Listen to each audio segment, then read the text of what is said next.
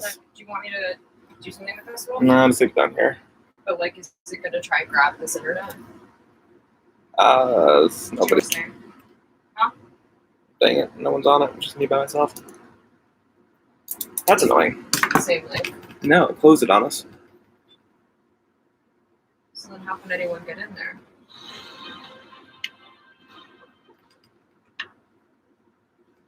Nobody's still on it? No, 0 people on it.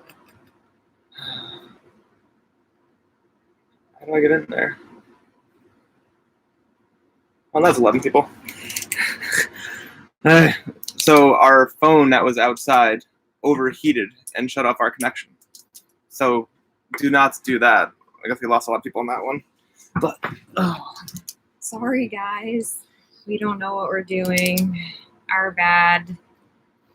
Who do we still have here? Oh, we have 13 people. Well, I'm glad that there are people out there that can figure out live stream better than we can. Oh, God. Well, we need a water-cooled phone. Yeah. Samuel figured. We're back. Hi, Josh. Yeah, so that was it is very hot here in Mexico. Yeah, I think that's actually what I was maybe talking about when we lost connection. It is really hot here. It's like 100 degrees, 90 something degrees. Feels like 100 degrees. But not complaining. Yeah, we do not miss the cold. And we also have AC now, which is another thing on our list. Yeah, we installed air conditioning in 2 more people, 3 more people. How many people did we have before? Like 70 or 80. Oh, Keep talking. I was going to see if I can tell people. Okay, so we're going to work on trying to get the message out that we're in a different live stream now. But yeah, we are not YouTube vets yet. This is actually our first live stream. What are you going to talk about? Okay. So yeah, we're in Mexico. We're very excited to be in a new country. This is our 20th country by boat. So that's a very exciting number for us. How many fellow? I don't think we've met any. I don't think we've met too many cruisers who've actually gotten COVID. Hi, Darren from Spain. Hi from Holland. I think just by nature of the lifestyle, where we do remain pretty isolated. Yeah. We haven't really met too many people. Most cruisers that we've met, I would say have not had COVID, at least if they're kind of actually like cruising and not just, in a marina somewhere, not moving around, like people who are staying out of society more. Yeah, I don't think we've really talked to many cruisers that have. Hi, David Main. Oh, thank you, Samuel. Yeah, for buying us a beer. That's so nice of him. I wish he'd caught you in Fort Lauderdale, Samuel. Oh, sweet. Thank you. Just freaking live stream. Yeah, so for everyone who's rejoining, yeah, let me close that up. What? See, this lens is picking up. Let's see how light. Oh. Here, I'll move. Let me close this? Yeah, maybe close that, let's see. Nope, it's the hatch. Here you go. Sorry, we're back. We have a light problem now. Is that better? Yeah. Halo's gone. We just put a case of Yingling behind the laptop, and that seems to work. Okay. Case of Yingling over the hatch. Hi from Scotland. Never been to Scotland. Hi, Michael. Yeah, so you guys are too funny. I know. We're mangling this. Yeah. Mexico is interesting. Checking in here is the first time we've actually had the boat searched. So that's interesting. We actually opted when we're coming to Mexico to go to Marina because we've heard without an agent, it's actually like a week-long process to get yourself cleared in here. So what we did is we pulled into Marina and then we hired an agent for $87. And they kind of organized all the different checks that we needed to do. So agriculture came on board looking for any food. Customs came on board looking for alcohol, drugs, tobacco. We had to go through immigration. We had to go through the port captain. We had to go through sanitation, which is like a doctor. So Hi, Paul from Tampa. This is the most we've ever had to do. Yeah. Yeah, this was the most intensive kind of But the Mexicans are really actually very casual. They just really like their paperwork, kind of like in their bureaucracy, but they're not necessarily really strict. Like they basically told us to like hide our liquor because you're only allowed to have 2 bottles per person. And then for food, like we obviously have a lot of food on board. So they kind of turned a blind eye to that too, just saying not to take the food off the boat, like just to consume it on the boat. So it's rules, but they're all like kind of loose rules. So they kind of guide you through that process. Very really nice people. But it still took 3 days to get cleared in, even though we had an agent at a marina. So really glad we spent that money to do that. We have not been able to get COVID-19 vaccinations. Would have loved to have gotten them before we left Florida, but the age had just gone down to below 40 right when we basically left, so we couldn't get them. So yeah, that would have been great. Yeah, I think we do plan on coming back to the States for a bit this summer. So the plan is to get the boat to Panama, and because our insurance covers us down there, there's no real hurricane threats as much in Panama. So probably put the boat in marina for a little bit and go see friends and family and hopefully get vaccinated, because I think that'll make it easier to travel internationally.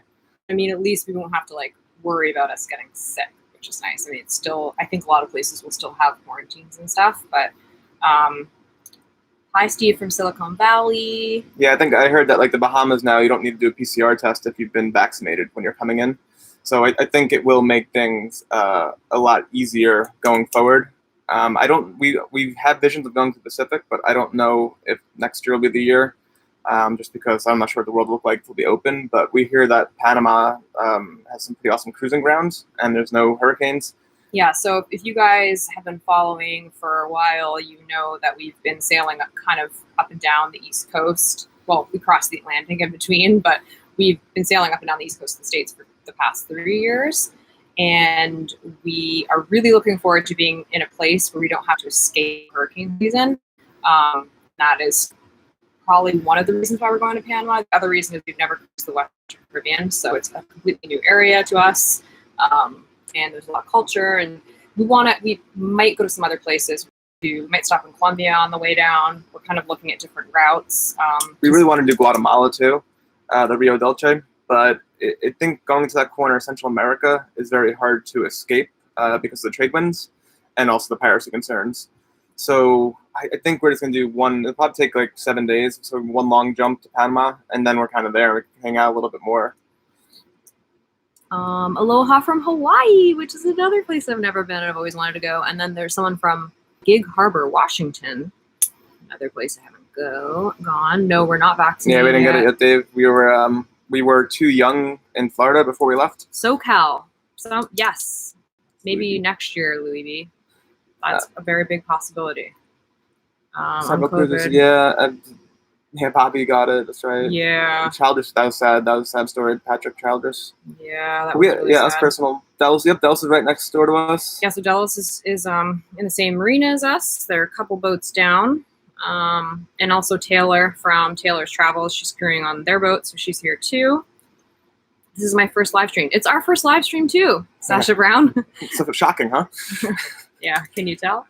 California. We rented golf carts the last few days here in Mexico. That was really fun. We're just cruising around the island. Oh, PEI. Another place I haven't been and always love to go. Hi from the UK. Okay. No more toes lately. Well, there is one more toe coming up. There might be one more toe. Yeah. Third time's a charm, though. I think we got it sorted out. You must have good radar. Yeah, you must be psychic. We did figure out the engine. Actually, Brian from Delos helped me. What it turned out, you'll see a future video coming up, spoiler alert, but the fuel tank had issues with the fuel pickup. There's actually a screen on the pickup stick.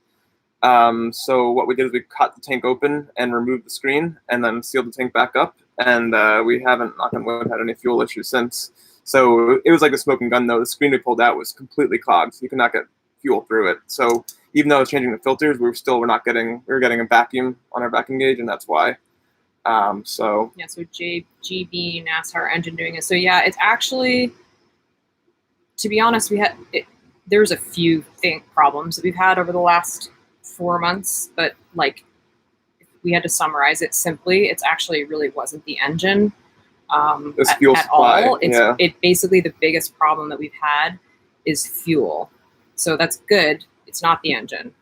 But we have obviously had a really hard time getting our fuel to be clean. And in upcoming videos, you'll see exactly why we had so many problems, because you've probably seen 2 videos ago, we actually polished the fuel, and you will see in our next video when we had our another tow that the fuel is not clean, even though we polished it. So what Bill's talking about is what ultimately we found out is the issue, which is like our fuel tank. And we kind of suspected that we were hesitant to take apart the fuel tank that far north. I think we lingered too long in Maine again, and we were fighting the weather the whole way down the coast, and we didn't want to something that could cause the boat to be stuck longer. So Yeah. when we were in North Carolina and it was getting really cold, it was already almost January, we decided just to sail down the coast and figure we could, we don't need the engine to do that sail, and then we would deal with it in Florida. So it was, an ideal world, if it was October, we would have taken the fuel tank apart and all that up in Annapolis or Yeah, something. we've gotten a few questions about that. And the thing is, it's like hindsight is 2020. So, we didn't know what the problem was going to be. And that's always the concern, is tearing open the boat when it's in such a cold, way too far north for that time of year.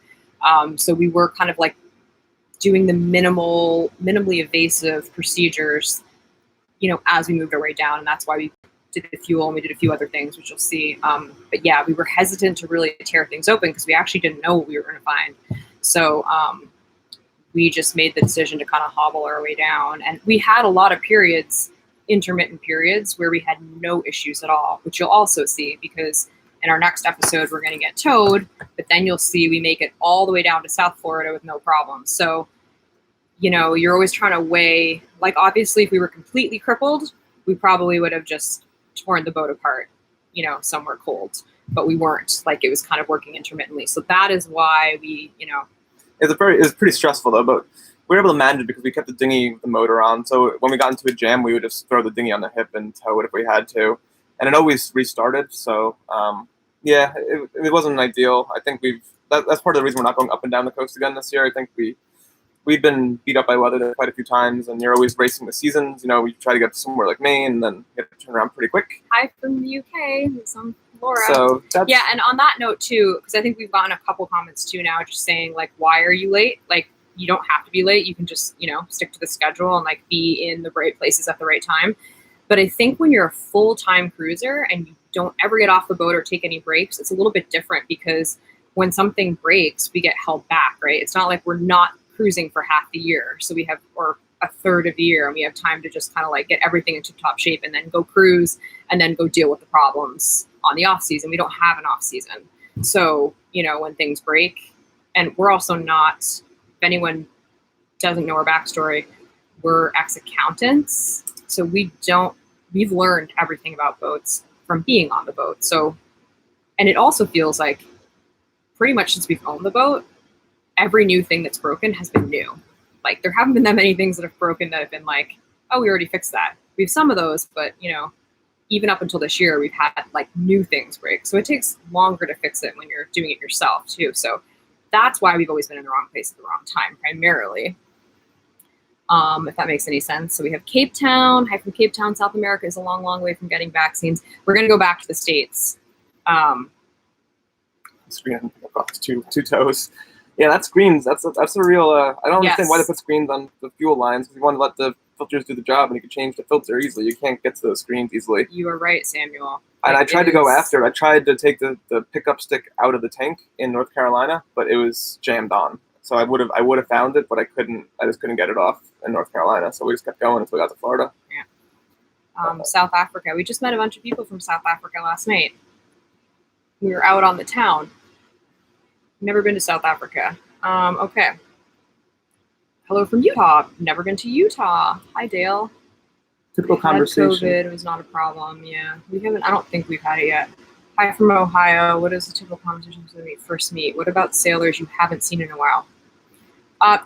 Sailors talk a lot about the weather. That's true, and compost heads. They talk a lot about boat stuff. It's people that can like relate to the problems you're having. I think we probably talk a lot about like where we've been, what you've experienced, where you've I guess, been, right? what Like your plans are, where you want to go. Yeah, I think a lot revolves around the destination, or what you have done, what you want to do in the future. Yep.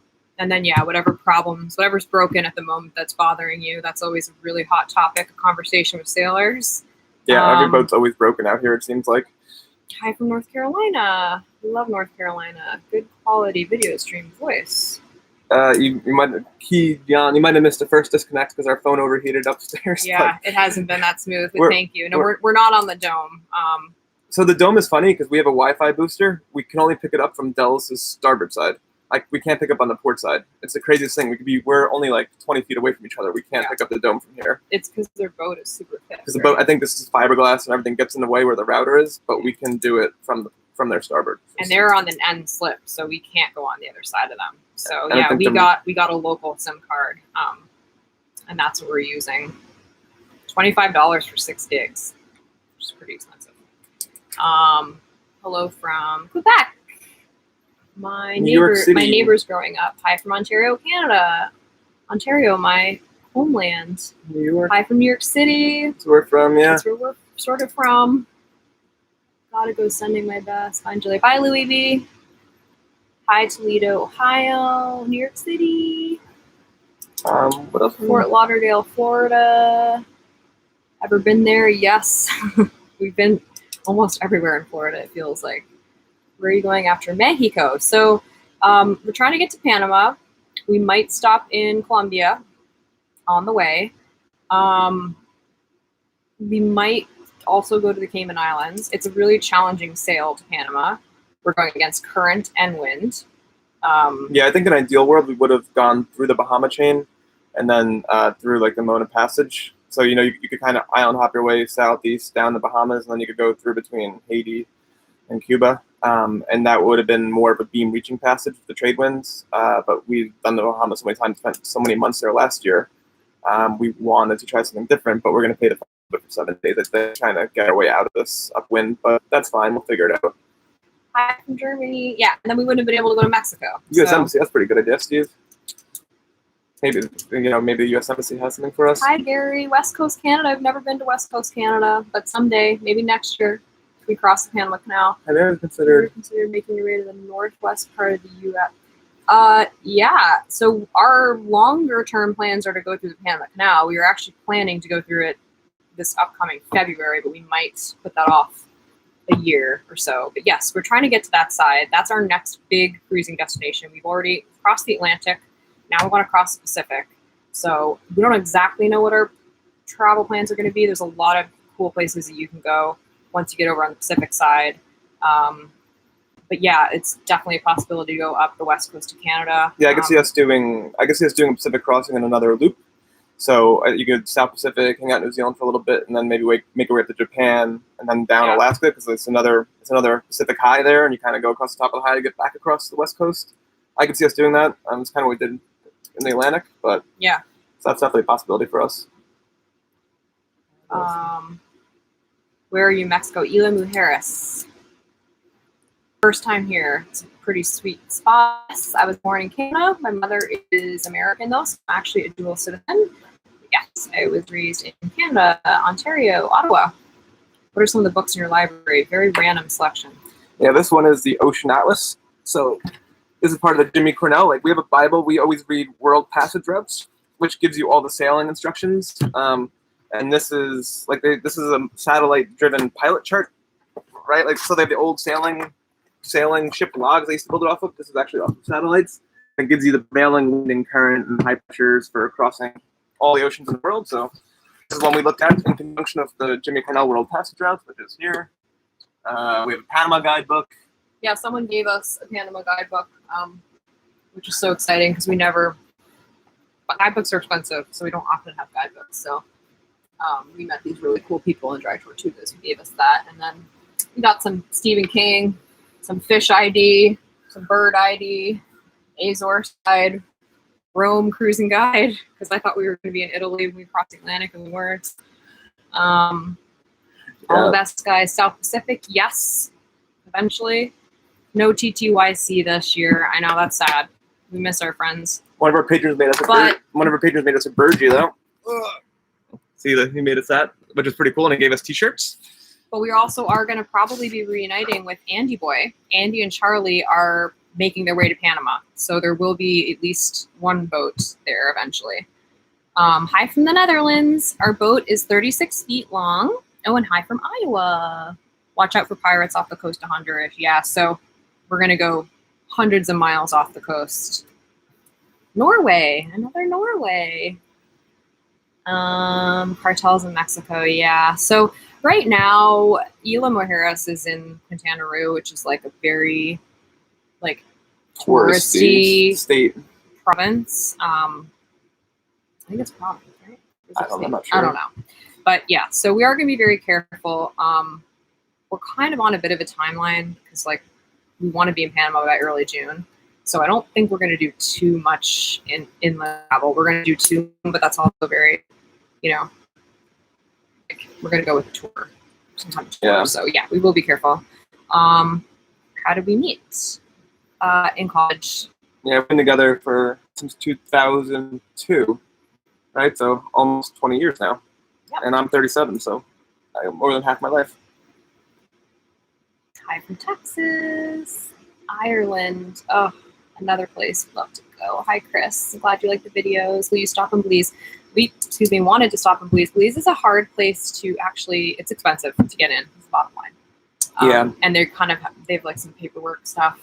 Yeah, and if we go the further south we go from here, along the Central American coast, the harder it is to beat our way out towards Panama.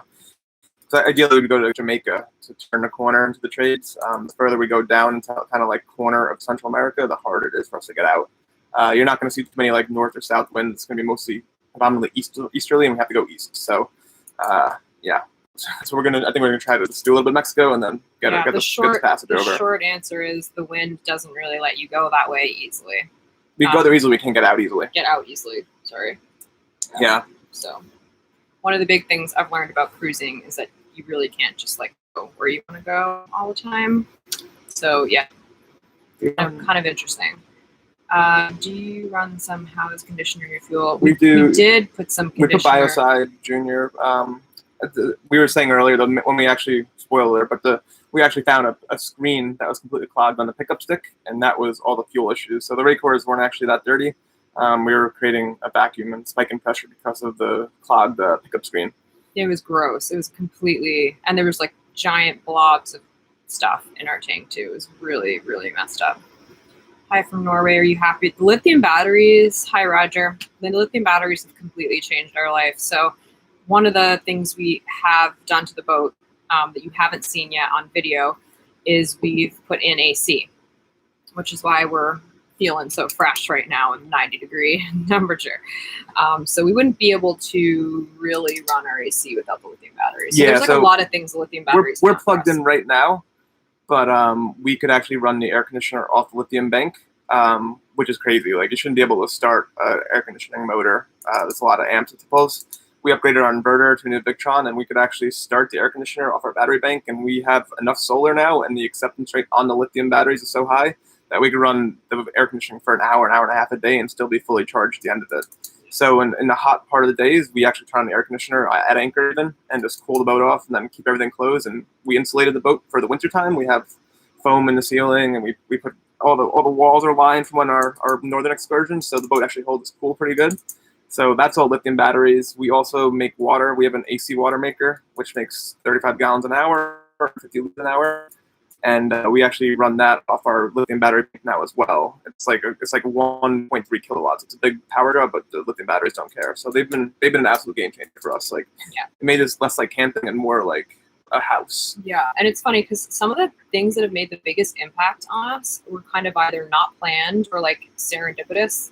You know, Brian and Kaza gifted us those lithium batteries when they replaced theirs. So, like, we had no problem with our batteries before. Our batteries were actually really good to us, but it's just a whole different scene with lithium. So we're really blessed that we got those from Kaza and Brian because, you know, it's another thing too is editing on the boat is challenging, right? When it's hot too. So it's like it's a little different if you're just kind of like cruising around, you know.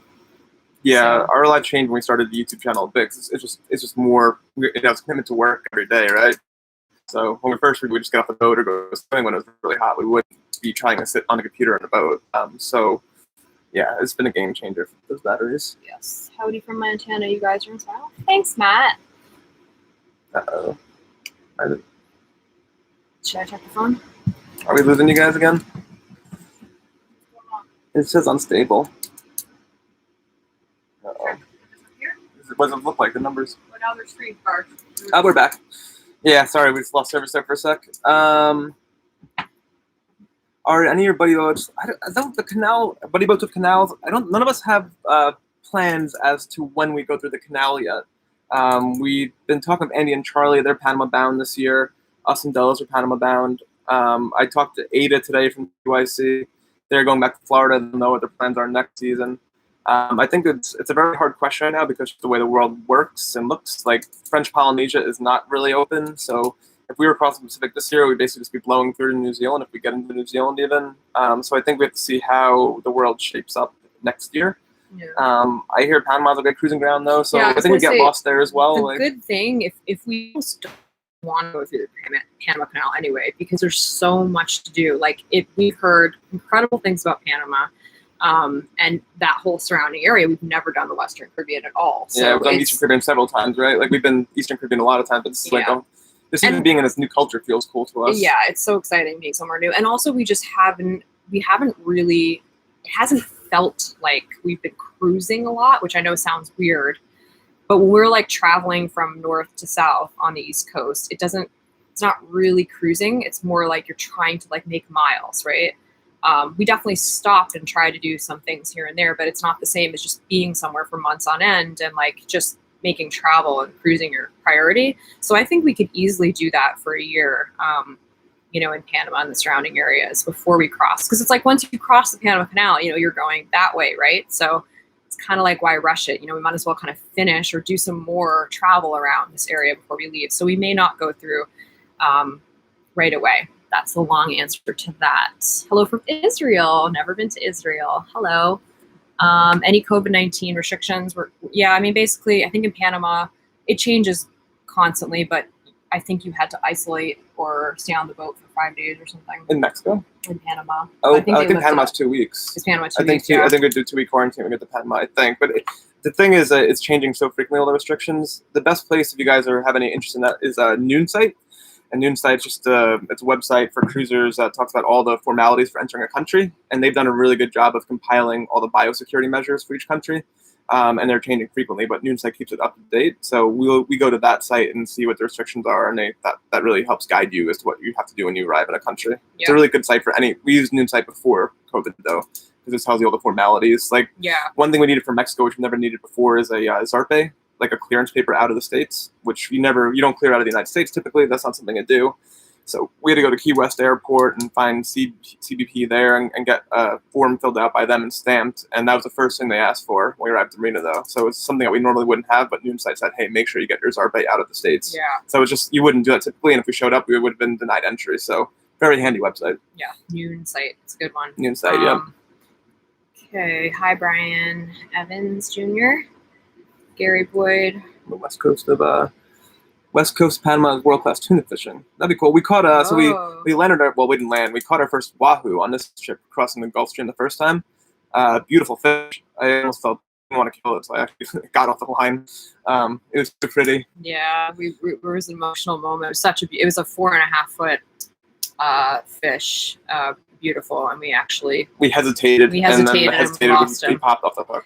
Looking back on it, it was probably a good thing because spoiler alert, we had a little bit of an issue on this passage that happened right after we caught that fish. It would have been very annoying to have a 5-foot fish just sitting in our cockpit for 3 hours while we dealt with one of the shackles. One of the shackles on our spinnaker halyard, which is brand new in Annapolis, somehow broke and dropped the halyard down to the mast exit, and then that mast exit chafed the halyard, and this code 0, we couldn't get the code 0 down because it was jammed inside the mast, so I had to climb up the mast at sea rolling around and pop open the shackle, and then Grace had pulled the sail in as fast as possible. So that all happened literally 30 seconds after we lost the fish. So in hindsight, it worked out really well. Yeah, because we would not have been in the mood to fillet a fish of that size in the seas that we were in after that debacle. So it took us 3 hours. He had to sort another it out chance too. to live, but we did film it, and he's beautiful, and you'll see him in one of our future videos. This beautiful fish we caught and let go. Okay, so do you ever think you'll change to a catamaran? We've sailed on catamarans before. I mean, they're awesome for cruising because you have so much more space. They're more expensive. Our philosophy in life is kind of like we want to travel now and do what we can now. So we're not really big on doing anything that would delay our ability to be out here doing this now. And getting a new boat in any capacity would delay that. So yeah, new boats are very expensive to get into the shape that this boat is in terms procure. of gear. Yeah, even buying the boat, just like all the outfitting that we've done to this boat to make it cruising would be very expensive. So I don't think we'll be changing boats anytime too soon. We also really enjoy cruising and travel and sailing, and not so much like boat projects. So yeah, I mean, more maintenance. If someone could just like drop a bigger boat out of the sky and we could just be in it, then maybe. But yeah. How long are you gonna buddy boat with Delos? I mean, we're planning to go to Panama with them, so for a while. So I think both of us have similar plans in that we're heading to Panama, and then they want to get off the boat and do some travel, visiting friends, and so do we. So we'll probably be leaving the boats in Panama and kind of separating and doing some travel. See friends and family. Sailors are like herding cats, though. It's so hard to know. Like, yeah, all our plans are always written in sand at low tide, as they say, right? Like I guess we just plan everything out, but we never know where everyone's going. It's kind of a things change so frequently for everybody. Yeah. What's your solar setup look like? I can't remember. Where their solar setup? Oops. Yeah, our solar, we have 600 watts on the back, on top of our dinghy davits. We have 250 watts on our Bimini. We have 100 watts on our Dodger, and we have 160 watts in front of the Dodger, which is 1110 or something like that watts. So we make probably 3 or 4 kilowatts of power a day off the solar right now, especially now because it's nice and sunny and sun is high in the sky. So it's been awesome. We haven't really needed to run our generator at all as we got further. But when we were up north in the winter, we had a generator quite frequently. Solar just didn't come up that high. New Hampshire. Hi, Jane. Sabre is a fast boat, and she's a light-ish boat for a cruiser. I think we have to say that this boat has been an amazing choice. I don't think the only negative thing we can say about the boat is just its size, in the sense of like if it was bigger we could take more stuff. But in terms of performance, I don't think we could ask for anything more. The Sabre sails excellently in light wind. Very well mannered in heavy air. Yeah, I guess the other thing too, like sometimes people ask us like, oh, if you had a heavier boat and a bigger boat, would it make rough seas more comfortable? And it probably would, but the thing is, from my experience at least, well, being on Delos and just general life experience, we feel like even though a heavier boat would make heavy wind sails more comfortable, it doesn't really make them comfortable. Yeah, so the ocean's so big and it's so like rough that you really need like such a gigantic boat to make a difference. That from 36 feet to 50 feet, it's like. Yeah, I think, and we've gotten around a lot of because it isn't built to be a blue water the boat per se. Like the main tank only holds 18 gallons of diesel, so we've gotten around it by like the water maker, right? So we might have less water, but we have a really high capacity water maker. We actually just stripped out one of our water tanks, a 14-gallon tank, put a second freezer in it. So now we have freezer and fridge. So we've just kind of found a way to make this boat more blue water capable. And the fuel thing's not really concerned because we sail so well. Yeah. And we crossed the Atlantic. We sailed for, I think, 1,300 miles straight across top of the high pressure of the Spinnaker up for 10 days straight going to the Azores. Like, the boat just moves so well that we don't need a ton of fuel. And I kind of feel like, is it wrong to say I feel like we're often in, like, very light wind or, like, 20 knots? Yeah. So, I mean, she's probably less comfortable in 20 knots than a bigger boat, but it's not uncomfortable. Yeah, we've weathered up to 30. Okay.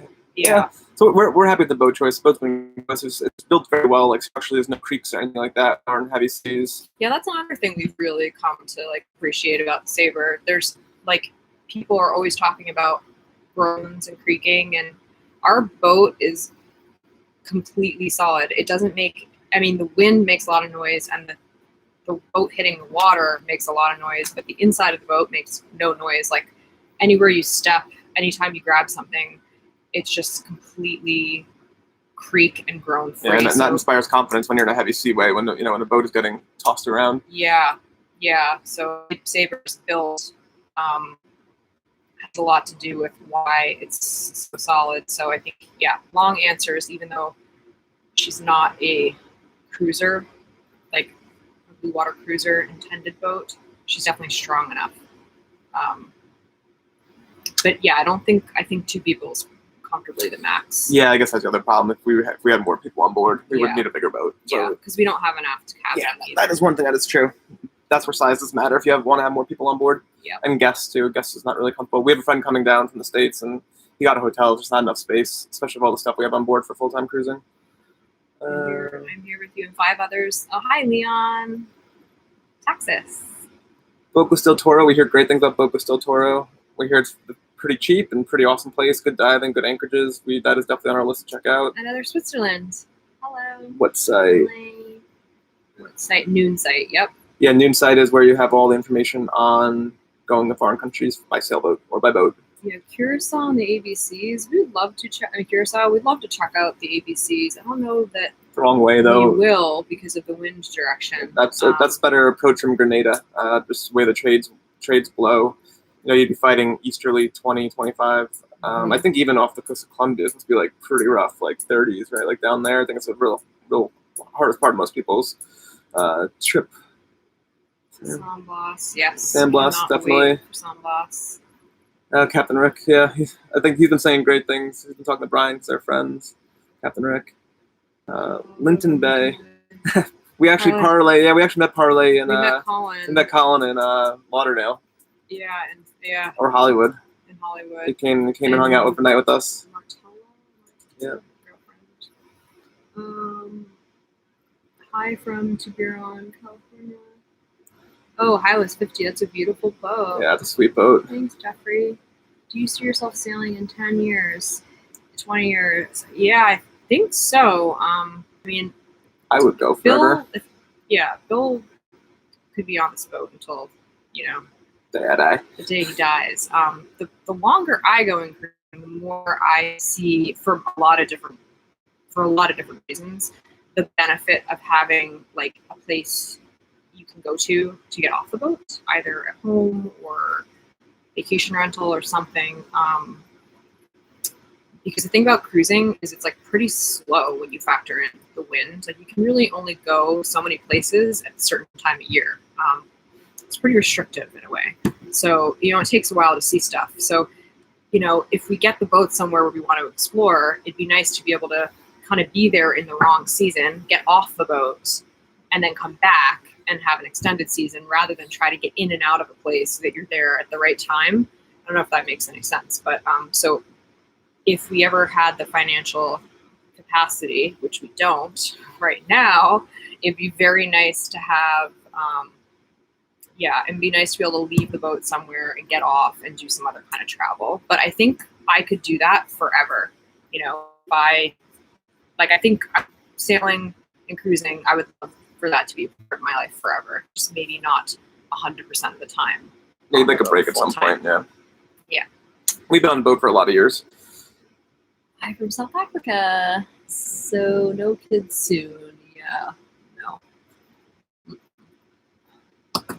But I feel like Nugget is my surrogate child. I get to be the grandmother and like experience all the great things about having kids without having them. Many YouTube channels, Bottleneck in Panama this spring. Yeah, we're really excited actually to meet new people too. That's one of our favorite things about cruising. It's like the more diversity you have in the group, like the more fun it is, right? And everyone has a different background. As you guys saw in our T2YC, everyone brings something different to the table. So we're actually really pumped. There's a lot of people kind of stuck in Panama right now. Yeah. Hello from Alaska, another place we've never been. Thanks, Heather. Glad you found us. Happy sailed the Med. So the Med, the Med is another one of those places that, like, in theory, at least before I left to go cruising, I was like, oh, I'd love to sail the Med. The Med is a challenging place to sail. Number one, it's just they have really weird weather there. Yeah, I think you wind up motoring the Med. You don't necessarily sail the Med. When it's windy, it's blowing 40 knots. It seems like. Number two, it's really crowded, and number three, it can be pretty expensive. Now, there's always ways to get around going to expensive places, but just not like easily. Well, also the visa is the main problem too. And the visas, that's another problem too. That's a huge one too, which we could also get around. Oh, thanks, Schmoops. Schmoops. Thank you, so Schmoops. We'll not be getting chilled habanero shots. Yeah, we'll not be buying. One of our patrons recommended this spicy habanero tequila shot last night, and we videoed it, but our faces were ridiculous. It's pretty funny. We thought it was going to be more like, when you get a margarita, like a spicy margarita, it's not all spicy. There's still like sweet and sour in there too. This was just like fire. Anyway, we just got distracted. So Europe, the main reason we actually didn't make it into the Med and we stopped at Gibraltar is because of this thing called Schengen. The Schengen territory is most of the EU, with the exclusions of like UK is out of it, which is not EU anymore. Morocco and where else? Gibraltar. Yeah, they just Croatia. Yeah, so basically, what is a situation where you just go for 1 day, reset, and go back in. So we wound up on our Schengen time we wound up in Gibraltar because that was the only place we could go, or was Morocco. Or Tunisia. A lot of people go to Tunisia. But so we were basically looking at 3 months in our Moroccan marina, waiting for our EU time to reset, or we just decided to go back to the Caribbean. So it's just really hard to manage that if you are on your boat all the time. I think the rich people people with money fly in and out, leave the boat for 3 months. Money fly in and out. And then the other thing too is once you are getting into that situation where you've already been in and out for 3 months, they have VAT tax when your boat's been there for 2 years. So it's just like it's potentially expensive. It's complicated. You have to like really have a fire in your heart to want to cruise the Med. There's a lot of places in the Med that we haven't traveled to yet by any, like we've been to Italy, but we've never been to Greece. There's a lot of places we've never been. I think we would probably not cruise there. I definitely want to do more travel in that area. I just don't know if we would ever like sail our own boat there and do it. I could see like chartering boat, and going in certain places, but again, it's like, you never know. We have met a lot of people who've like cruised there for 10, 15 years and love it, but no, we don't have any plans to go to that right now. We love Portugal though. So we got to Portugal and Spain by boat, and our favorite country. Azores was probably our favorite place, which are Portuguese islands. But the Algarve region of Portugal was incredible, and I would definitely. If we didn't have Schengen, I think we would go back. Yeah, I think that was the biggest problem for us, was that Schengen. The visa issues was what killed us there. Yeah. You can go to Morocco, which is what we were going to do. I don't know, maybe someday. We'll see. Have you experienced a knockdown? No, thank God. Yeah, I don't think not quite. We've been tipped over pretty good, but never masked in the water, thankfully. How's the new diving board? Probably our solar panels, maybe. Oh, is that Justin? Do you mean our solar panels? Can you give a shout out to my friend Nicker? Sure. Hey, Nicker. Hi, Nick. Nicker, if you're on here, hello from us. Which YouTube channels are you watching? Well, we watch Delos. Yeah, we don't really watch a lot of. Well, I don't watch YouTube. Will watches That's YouTube. what we're watching there. Oh, they want everyone to come together. John, I have thought of that. We have thought of that. I think it would be really fun to have sailing channels come together. Yeah, Grace wanted to do a competition like who could change a GoPro battery the fastest, or I thought it would be a time lapse, like all the silly things that YouTube channels do. Maybe in October if we do something for the boat show. Yeah, I think we do. Of course, we do plan on being in the Indianapolis boat show. Be back in Annapolis for October. I think it's going to go on this year. We've heard from one of our friends, and I think we'll travel back up for that because it's just really fun to meet everybody, and hopefully COVID's calmed down by then. You volunteered to be cameraman? We'll work for beer. Can you be Me in too. Annapolis in October? I work for beer as well. You have a place to stay in New Aw, that's Hampshire. nice. Oh, thank you, Jane. MJ! No way! Aw. How's the boat building going there, guys? Hey, Jess. How's it going? Come to Miss you Mexico. too. Yeah, come to Mexico. Which YouTube channels are you? Yeah, okay. You answered that one. Hello from Texas. You know Nugget will always enjoy. Yes. Nugget does love us. Like, I will say, Nugget is a very strong-minded individual. Since I met her at 7 months old, she had a personality that has not really changed. Like, big personality. And she also isn't like a huge fan of men. But she loves Bill. She definitely, like, she says my name. That's one of her first words. Says hi, Grace. She said, Grace. Windsor, Nova Scotia, and Alberta. All these places I've never been. We've been to Nova Scotia, but never to Windsor. Keep up the sailing and greetings to the Delos crew. We will pass that on to Delos. You should come here up north and experience. Really expensive from Norway. Yeah, I've heard Norway's a we pretty have expensive heard. place. Yeah. Yes. We've heard Norway's expensive. Are you gonna get the COVID vaccine? Yes. We will. We're gonna. So once we get the boat to Panama, I mean the plan. We don't usually stick to our plans. The plan is to get the boat to Panama, and then get off the boat and go to the States and visit friends because it's been like 4 years and we have a lot of friends and family to see. So we're gonna, be in the States, and at that time we will get the COVID vaccine. Hello from Queensland, Australia. Andy Boy. That's not Andy Boy, but Yeah, I know. Andy Boy's from Australia. I always have a good association with Australians from that. Hi from South Africa. Like, it's just Nugget is just like her mother. I mean, she's a mix of both. She's definitely got a lot of Brian in there too. Yeah. Hope to do this again soon. Met you guys through Delos. Thanks for that. Thanks, Big Red. Anything else? Hello from Ohio. Yeah, is there anything we need to cover before we wrote points down? Plans. Oh yeah, we also, for anybody who's a patron on here, we are going to do a Zoom happy hour tomorrow. So definitely join us for that if you can make the time. We would love to have a cocktail. For anybody who's not a patron, consider it because we love our patrons and we have so much fun. We do Zooms, we chat all the time, and patron support.